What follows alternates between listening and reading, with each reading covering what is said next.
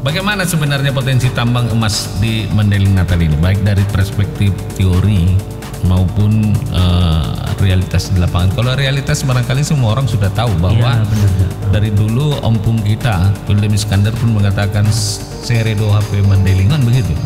Dan realitasnya di mana-mana, di kasat mata kita melihat bahwa banyak pertambangan. Tapi secara teori, bagaimana potensinya? Emas itu terbentuk dari lautan magma, Emas itu terbentuk dari larutan magma. Ya, itulah namanya larutan hidrotermal namanya. Larutan hidrotermal gitu. Itulah yang membawa mineralisasi bisa dibilang. Jadi memang emas ini bisa dibilang nggak selalu misalnya ada batuan A gitu. Belum tentu di semua tipe batuan A ada emas. Jadi bisa ada di batuan A, B, C ada emas juga. Tergantung magma itu kemana arah mineralisasinya gitu.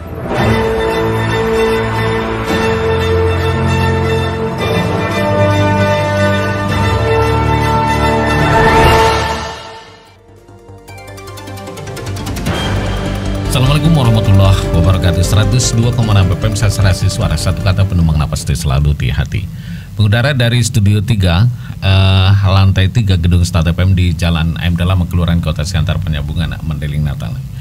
Sahabat di Start FM, kembali kita ketemu kali ini bareng saya Hertin Pasla Stregar di program Talk Show ya. Kita kembali jumpa di Ruang Pasla, cerdas dan inspiratif.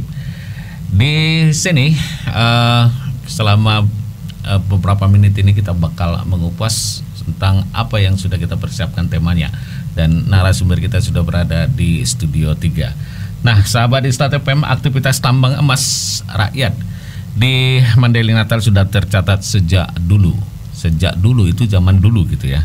Dimulai dari pertambangan emas secara tradisional seperti aktivitas masyarakat mendulang emas gitu di sungai-sungai. Seiring berjalannya waktu, aktivitas menambang emas itu makin meningkat. Alat yang digunakan untuk mencari emas pun makin beragam dan canggih. Faktor yang mendorong masyarakat menjadi penambang emas tanpa izin ini, dampak aktivitas pertambangan emas tanpa izin atau PT ini terhadap tingkat kesejahteraan penambang dan kesulitan-kesulitan yang dialami para penambang emas tanpa izin di Kecamatan Batang Natal, misalnya contoh, atau di beberapa wilayah di Mandailing Natal. Aktivitas penambangan emas di Kecamatan Batang Natal sejak dahulu sudah dilakukan masyarakat dengan tradisional, menggunakan dulang kayu. Ini mendulang misalnya. Di daerah ini mulai menggunakan, namun semenjak tahun 2024 aktivitas tambang emas di daerah ini mulai menggunakan mesin gitu. Nah, kegiatan penambangan emas ini umumnya tidak memiliki izin dari instansi pemerintah, baik pusat ataupun pemerintah daerah ya, sesuai dengan perundang-undangan yang berlaku. Faktor yang mendorong masyarakat di Kecamatan Batang Natal ini salah satu contoh aja, menjadi penambang emas tanpa izin dipicu motif ekonomi, sosial, dan hukum. Kegiatan penambang emas tanpa izin telah menimbulkan berbagai dampak positif maupun negatif terhadap kondisi sosial, ekonomi, hukum, dan lingkungan. Selain itu, para penambang emas tanpa izin menghadapi berbagai kendala, antara lain modal yang terbatas, kemudian kemampuan teknis penambangan yang rendah, minimnya pemahaman standar lingkungan, peralatan yang sederhana, gencarnya razia penertiban aktivitas tambang emas ilegal yang dilakukan pemerintah dan aparat keamanan yang menimbulkan kesulitan para penambang. Nah, sahabat di Start FM, kita bakal mengulik dan mengupas ini. Kita mengangkat tema adalah dikotomi bisnis tambang emas dan lingkungan dengan narasumber kita yang sudah berada di sini. Selamat datang di studio. Silakan, dengan siapa narasumber kita ini, sahabat di Start FM? Ini dia, silakan diperkenalkan dulu. Baik, terima kasih udah Fasla. Ya. Sahabat-sahabat Start FM semua. Ya. Perkenalkan, nama saya Muhammad Dandi Reza Fahil. Dandi ya? Ya, Dandi. Dandi. Saya kebetulan memang kuliahnya juga tambang. Ini kuliahnya di tambang ya? Iya, di tambang ITB. Dan S2-nya kemarin di bisnis. Di bisnis ya. Ini tambangnya di ITB ya? Di ITB. Institut Teknologi Bandung. Bandung ya. Ini memang khusus tambang gitu. Jadi emang kalau di ITB itu ada fakultas yang membawahi pertambangan perminyakan. Kebetulan Dandi saat itu memang pilihnya tambang. Tambang. Berarti paham betul tentang tambang gitu ya. Iya, cukup lah. Cukup ya. Oke, kita bakal kupas nih. Nah, Dani, pertama apa sih motivasi kamu memilih jurusan ini? Padahal kan jurusan banyak. Ini jurusan tambang ini kan agak apa nih ya? Agak spesifik, mungkin ada orang-orang tertentu, kemudian apa ya, lapangan kerjanya mungkin tidak seluas dengan sektor lain gitu. Kenapa Anda memilih? Sebenarnya waktu itu karena tahun 2010 itu awal-awal tambang Huta Bargo tuh marak di Madinah ini kan Iya. Jadi senang lah waktu itu lihat-lihat dari National Geography gitu-gitu. Gimana kok tambang ini kok jadi meriah kali gitu di kampung kita ini gitu. Sampai akhirnya cari tahu gimana pembentukan emas gitu lah. Iseng-iseng aja sebenarnya, seru aja gitu lihat orang-orang asing tuh eksplorasi gitu-gitu kan. Sampai akhirnya tahun waktu SMA 2000. Dulu SMA-nya di mana? SMA dulu di Medan. SMA 2 di Medan ya. Iya, SMA Tapi 1. Sering dong kemari melihat. Sering banget. Di 2010 masih kelas di SMA atau SMP itu dah. Masih SMP. SMP di mana waktu itu? SMP di Medan juga. Di Medan juga. Jadi bolak-balik dong melihat. Iya, sering sini. Sering kemari karena memang ini adalah kampung halamannya, bukan? Iya, karena ayah kan orang sini juga. Asli ya. Asli orang sini. Nama siapa sih nama ayahnya? Ayah namanya Safarudin Nasution. Safarudin Nasution. Capak kalau di sini. Dan populernya Capak gitu. Capak ya. Sini. Ini terkenal sekali gitu ya. Pengusaha ya. Iya, pengusaha. Oke. Nah, motivasinya itu adalah melihat maraknya pada saat itu sudah eksplorasi gitu ya. Eksplorasi dan benar kok bisa tiba-tiba marak gitu. Dulu ingat kata-kata Opung sebenarnya. Dulu gampang cari emas pergi aja ke gunung atau ke sungai dapatnya itu emas itu. Itu kata Opung. Kata Opung dulu. Memang kamu sudah tertarik sekali gitu ya.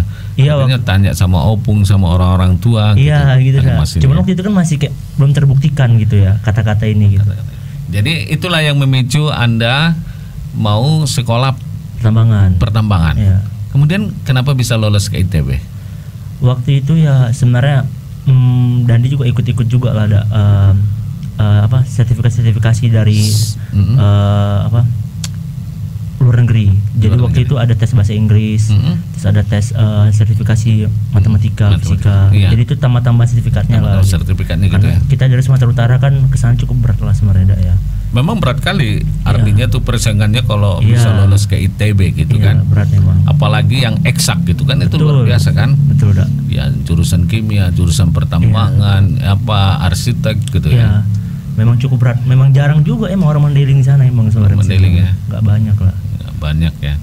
Dari situ Anda mempelajari potensi pertambangan. Nah, bagaimana sebenarnya potensi tambang emas di Mandailing Natal ini, baik dari perspektif teori maupun realitas di lapangan? Kalau realitas barangkali semua orang sudah tahu bahwa dari dulu ompong kita William Iskandar pun mengatakan Seredo HP Mandailingan begitu. Dan realitasnya di mana-mana, di kasat mata kita melihat bahwa banyak pertambangan. Tapi secara teori, bagaimana potensinya? Kalau kita bicara teori, kita bicara geologinya dulu dari awal. Geologinya? Ya, geologi pembentukannya. Jadi emang Pulau Sumatera, tepatnya Sumatera Utara ini emang di tengahnya itu ada pegunungan Bukit Barisan. Dan ada juga sesar-sesar pergerakan lempeng bumi yang ada di Sumatera Utara. Tepatnya di Madinah Natal ini masih ada gunung api aktif. Itu Gunung Sorik Marapi aktif. Kemudian apa hubungannya dengan emas dengan ini? Jadi hubungannya itu emas itu terbentuk dari lautan magma Emas itu terbentuk dari larutan magma. Larutan magma. Iya, itulah namanya larutan hidrotermal namanya. Larutan hidrotermal gitu ya. Itulah yang membawa mineralisasi bisa dibilang. Jadi memang emas ini bisa dibilang nggak selalu misalnya ada batuan A gitu. Belum tentu di semua tipe batuan A ada emas. Jadi bisa ada di batuan A, B, C ada emas juga. Tergantung magma itu kemana arah mineralisasinya gitu. Itu memang itu udah ciptaan Tuhan lah memang. Ciptaan Tuhan begitu ya. Ciptaan Tuhan seperti itu. Jadi emang kita hanya bisa menganalisa dari ciri-cirinya aja sebenarnya. Jadi emang kecenderungannya ketika ada gunung api dan emang karena kita juga dataran tinggi juga dan ada dekat sesar aktif. Mm-mm. Sesar aktif kita itu cukup banyak ya, ya. Karena di daerah Cipiro kan sesar besar di sana juga ada. Sesar besar di Cipirok gitu. Iya, Sesar ini apa ini Bang Sapar? Pergerakan lempeng dah. Pergerakan lempeng Iya. gitu ya. Makanya jalan air Pelatong tuh gak pernah akan bagus. Tidak akan pernah kelihatan Bagus, tidak. iya. Kalau dibangun Ambles pasti. amplas ya. Iya. Kalau layang bisa ya. Layang bisa. Oke. Nah, di sesar itu di Cipirok ada. Kemudian di Madinah Ada sesar kecil. sesar kecil. Iya. Tapi jadi potensinya di mana secara teori? Karena itu tadi ada pergerakan lempeng. Ada pergerakan Ada lempeng. magma di sana. Ada magma ya. Itu kuncinya sebenarnya. Ketika ada gunung api, pasti ada emas. Apalagi gunung apinya masih aktif. Masih aktif. Kemudian besar gitu ya. Cukup besar makanya. Tapi itu terbagi dua dah. Ada gunung mineral primer, emas primer dan emas sekunder. Nah, emas primer itu yang di gunung-gunung dah. Mas primer ini yang murni atau bagaimana? Bukan? Dia masih tergabungkan dengan mineral lain. Mineral lain. Masih tergabungkan dalam batu dia. Itulah yang di Galundung, yang di pakai Galudu, gitu-gitu. yang dipakai apa sih namanya? Merkuri, salah Merkuri orang gitu ini. ya. Itu memisah dengan mineral lain gitu. Iya, memisahkannya dah.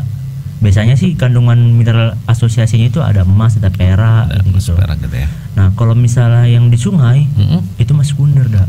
Itu mas sekunder istilah ya. Itu udah alam yang memurnikannya. Alam.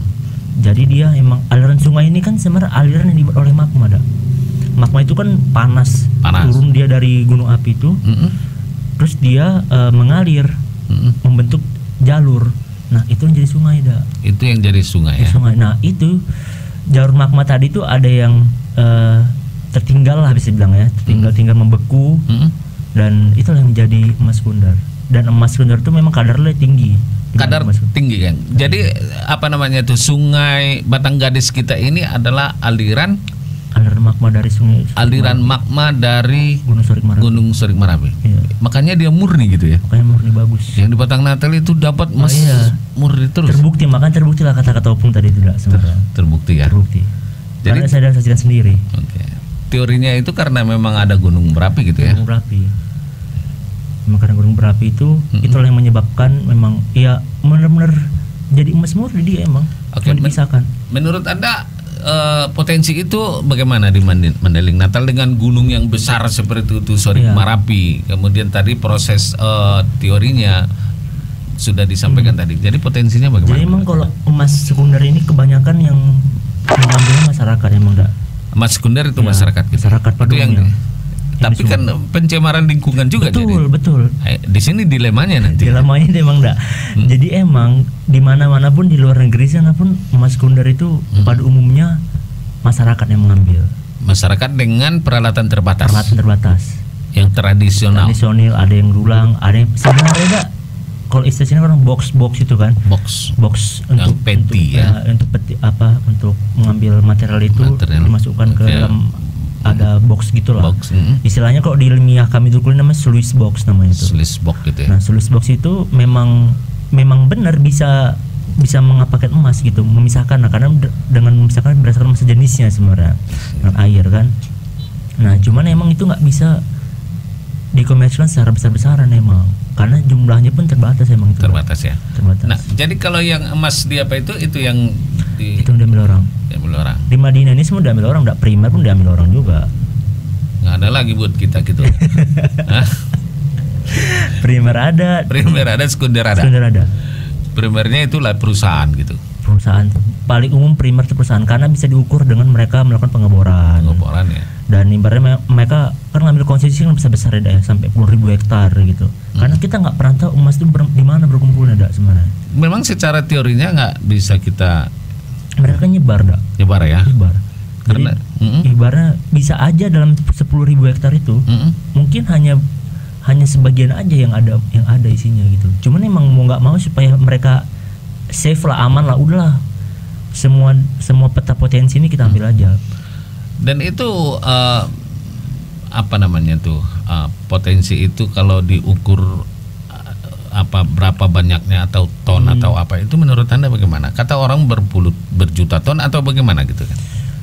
Yang adalah kita nggak tahu juga ya pastinya. Memang kalau mereka update di websitenya perusahaan emang ya cukup gede lah emang ya. Gede. Berapa? Gedenya? Ya ratusan ratusan ton juga ada juga lah. Ratusan ton. Nggak habis-habis dong. Ya habis juga itu dak. Tapi belum produksi Belum produksi sekarang. mereka. Itu kan masih satu perusahaan ini dak. Satu perusahaan. Jadi emang sebenarnya kan ada dulu peta geologi yang dibikin oleh kerajaan Inggris di tahun 1962 untuk wilayah Mandailing Natal sampai Pasaman. Jadi emang di peta itu emang udah dicantumkan mana wilayah-wilayah yang udah Itu tergantung potensi. petanya dari Inggris tadi. Inggris yang buat dak. Inggris yang buat. Inggris yang buat. Tahun 1962. 1962. Iya. Jadi kalau kita kuliah tambang itu pasti itu Tahu. peta itu Dipelajari ya. Iya. Itu dari Pasaman hingga ke Madinah. Nggak sampai ke Sipirok ya. Belum sampai. Itu Belum ya? beda lagi. Beda lagi ya. Petanya. Peta itu udah ada di mana sekarang? Di mana-mana ada? Peta itu ada di kalau misalnya udah ke Museum Geologi di Bandung itu ada yang jual. Ada yang jual ya. Ada yang jual. Tapi kan cara bacanya agak sulit. Ya memang banyak orang yang bisa bacanya. Mana mau baca peta itu di mana emasnya gitu Karena kan. bukan peta kayak peta buta kita sekolah dulu kan gitu. Oke, ini semakin menarik. Kita sudah bicara tadi masalah potensi. Ini luar biasa ya potensi kita masih ya, baik primer maupun sekunder ya. Nah, dari sisi apa ya namanya? Dari sisi ekonomis, seberapa besar sih sebenarnya potensi tambang emas ini dapat meningkatkan kesejahteraan masyarakat Madinah ya? Masyarakat Madinah ya. Iya. Mengingat banyak pengusaha, para bos, begitulah kira-kira gitu ya. Benar. Bos-bos tambang ini dari mana-mana kita memang sudah terkenal ya. Madinah ini luar biasa sudah terkenal dari sisi potensi tambangnya ini. Kalau orang-orang yang komunitas yang bergerak di pertambangan yang seperti itu sudah tahu Madinah ini gitu. Sampai mereka tahu Gunung Sarahan apa dan segala macam sudah mereka tahu kan. Nah, tambang ini berasal dari luar Mandailing Natal gitu. Nah, dari sisi ekonomisnya bagaimana menurut Anda? Seberapa besar potensinya untuk masyarakat Madinah? Kalau kita bicara potensi, ibaratnya kerajaan-kerajaan di Madinah dulu udah ada juga gitu. Kerajaan-kerajaan itu di mana mereka tuh pasti melihat potensi. Dulu kan mata uang nggak ada dak. Mata uang nggak ada. Transaksi itu pakai emas. Transaksi pakai emas mereka ya. pasti meletakkan pemerintahan mereka atau masyarakat mereka dekat dari sumber utama emas gitu. Jadi sebenarnya secara ekonomis emas itu di Madinah sebenarnya udah lama dilakukan sebagai transaksi. Nah, cuman memang saat ini karena udah pakai uang kertas, jadi emas itu seperti hilang lah beberapa saat gitu di kampung kita. Dia jadi apa ya? Jadi emas itu jadi apa namanya tuh? Bahan perhiasan aja. Bahan perhiasan lalu simpanan gitu dah. Nah, jadi sebenarnya secara ekonomi memang kita kalau kita belajar ekonomi itu dibilang emas itu sebagai layernya uang lah gitu. Apanya sebagai jaminan lah bisa bilang gitu. Oke, potensi dari sisi ekonomisnya gitu untuk masyarakat Mandailing Natal. Bisa nggak kita sejahtera atau bagaimana? Bisa dak sebenarnya dak. Jadi dari semua potensi tadi itu dak didata semua. Ini kan sebenarnya sudah ratusan tahun kan? Udah ratusan tahun dak. Ratusan tahun kita sudah berada pada pemerintahan kita juga seperti ini, tapi kita belum bisa memanfaatkan untuk meningkatkan kesejahteraan kita. Itu menurut Anda bagaimana? Karena pemerintah terutama ini ya, bukan hanya di Madinah, di mana-mana sih. Di mana-mana ya. Itu belum mau memetakan potensi itu dah sebenarnya. Potensi. Anda melihat itu pemerintah belum masuk pada ranah itu untuk memetakan potensi-potensi tambang kita untuk memberikan peluang ke para investor untuk masuk dah. Investor. Tapi Madinah kalau konteksnya Madinah kan investor kita sudah luar biasa loh, perusahaan besar. Memang, tapi kalau untuk tambang belum dah. Itu yang sekarang itu yang beroperasi di sini kan Mas Mining. Iya, kan udah perusahaan besar gitu. Iya, cuman konsekuensi lain dah gitu. Kan emas ini kan nggak semuanya harus besar gitu dah ya. Ibaratnya kayak sekarang pun pemerintah ada ngelepas PPR nih. Nah, memang untuk emas ini kan keterlibatannya pusat emang paling banyak berandil. Cuman kalau Dhani merasa harusnya pemerintah daerah juga punya andil gitu. Karena ini wilayah mereka sebenarnya bukan wilayah pusat. Yang paling tahu ini wilayah daerah gitu. Nah, ketika memang daerah bisa memposisikan itu, mereka bisa mempromosikannya lewat BUMD tambang misalnya gitu ya. Mereka bisa membuka keran investasi dan itu pada akhirnya membuka lapangan pekerjaan. Dari potensi ini secara ekonomis untuk kesejahteraan masyarakat Mandailing Natal, semestinya sesegera mungkinlah dibentuk perusahaan-perusahaan daerah atau BUMD yang sifatnya dapat mengajak untuk investasi. Iya, investasi. Tapi memang harus memiliki potensinya. Ada data. Kan ada kajian gitu. Ada kajiannya gitu. Jadi potensi itu yang menjadi daya jualnya lah gitu. Daya jual. Jadi pemerintah bisa dapat dana langsung gitu. Bagaimana misalnya kita bukan mengekspos gitu ya. Artinya bagaimana kita mempresentasikan pada para investor kita menghitung potensi itu.